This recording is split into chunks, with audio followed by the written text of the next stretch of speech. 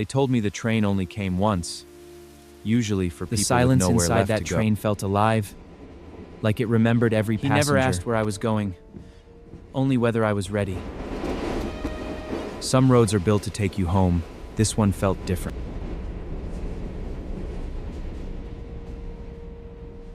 That's when I realized something was wrong. Nobody else was breathing.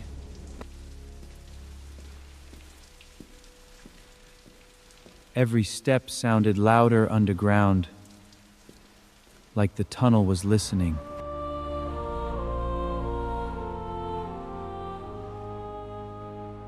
I thought the world had ended above us, but another one had been waiting below. He said nobody arrives there by accident, and nobody leaves unchanged. Maybe the train never saved me. Maybe it only showed me who I was.